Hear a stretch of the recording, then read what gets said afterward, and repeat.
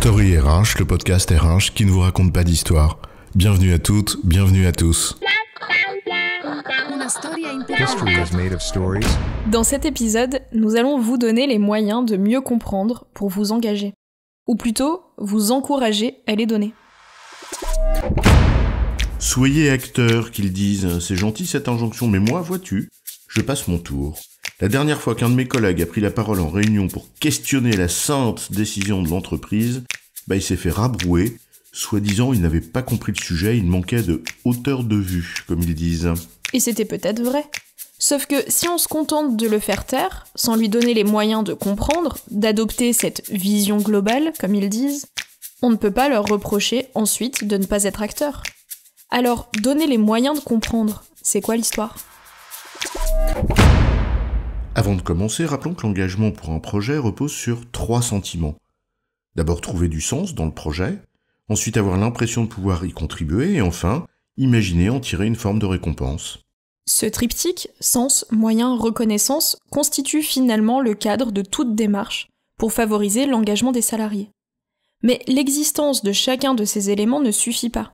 Encore faut-il que les collaborateurs aient conscience de leur existence. L'engagement repose sur un sentiment. Autrement dit, créer les conditions de l'engagement ne suffit pas, encore faut-il créer le sentiment que ces conditions existent. Or, cette dimension est bien souvent négligée. Il ne suffit d'ailleurs pas de dire qu'elles existent, mais de permettre à chacun et chacune de les comprendre, c'est-à-dire d'en saisir le sens. Autrement dit, de se l'approprier. C'est-à-dire créer un lien entre ce projet, dans lequel vous voulez qu'il s'engage, et lui-même. Le premier lien à établir, c'est celui entre le projet et la stratégie de l'entreprise.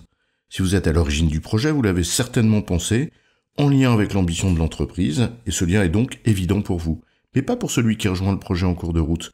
Donc expliquez-lui la raison d'être du projet. Le second lien à expliciter est celui entre la finalité du projet et les décisions que l'on prend au quotidien, sur le terrain. Nous naviguons en eau trouble, l'incertitude est permanente. Sans nécessairement changer de destination finale, nous devons régulièrement adapter notre trajectoire au gré des vagues.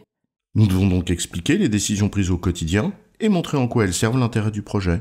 Cette pédagogie sur le terrain, et de manière régulière, fait partie intégrante du rôle de manager de proximité qui doit s'assurer de garder le cap et de le transmettre aux équipes.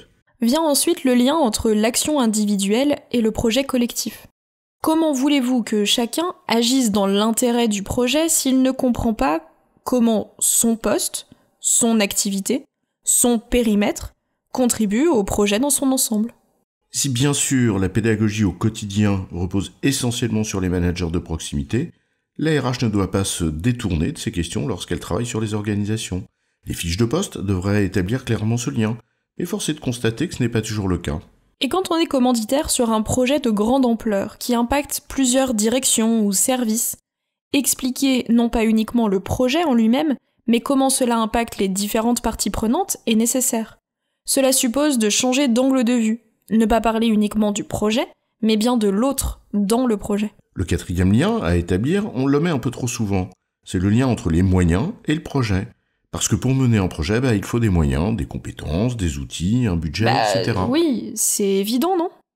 Souvent d'ailleurs, les responsables du projet définissent une feuille de route, un plan d'accompagnement, des déploiements d'outils, etc. Et c'est très bien. Mais parfois, ces plans d'accompagnement jolis sur le papier se traduisent dans un amoncellement de petites actions. Et ceux qui les reçoivent sur le terrain, loin des bureaux dans lesquels ça a été pensé, ne savent pas comment les utiliser servira au mieux le projet ou les aidera dans leur activité présente et future. Tu veux dire qu'on a oublié un lien ? Ces boîtes à outils et autres listes de bonnes pratiques qui tombent comme un cheveu sur la soupe finissent surtout aux oubliettes. Un cinquième lien à établir, c'est celui entre le projet et les bénéfices que chacun peut en tirer. Il s'agit finalement de répondre à la question « pourquoi ?» et de mettre en avant les intérêts individuels et collectifs de l'engagement de chacun et de chacune. Aucun de ces deux niveaux n'étant d'ailleurs à négliger.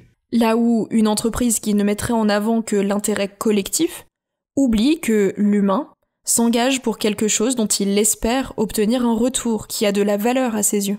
Ce lien doit être fait de manière très régulière, au début du projet, lors des feedbacks récurrents, au moment de l'évaluation individuelle, etc., etc. Et là encore, c'est le rôle du manager de proximité, mais aussi de la RH lorsqu'elle définit des politiques de rémunération, par exemple, ou les critères d'évaluation dans les entretiens annuels. Enfin, N'oublions pas que certains et certaines n'auront pas vraiment conscience de la nécessité de comprendre ces liens pour guider leur action dans une perspective commune, pensant que se concentrer sur son poste, son périmètre, suffit amplement. Ce lien-là sera donc lui aussi certainement à expliquer. En résumé, pour s'engager dans un projet, encore faut-il le saisir, c'est-à-dire le comprendre intimement. Les clés de l'action résident donc dans les liens, charge à la direction de l'entreprise, à la RH et au management d'en faire la pédagogie. J'ai bon, chef ? Oui, tu as bon, mais on va pas en faire toute une histoire. Story RH, le podcast RH qui ne vous raconte pas d'histoire. Retrouvez tous les épisodes sur storyrh.fr.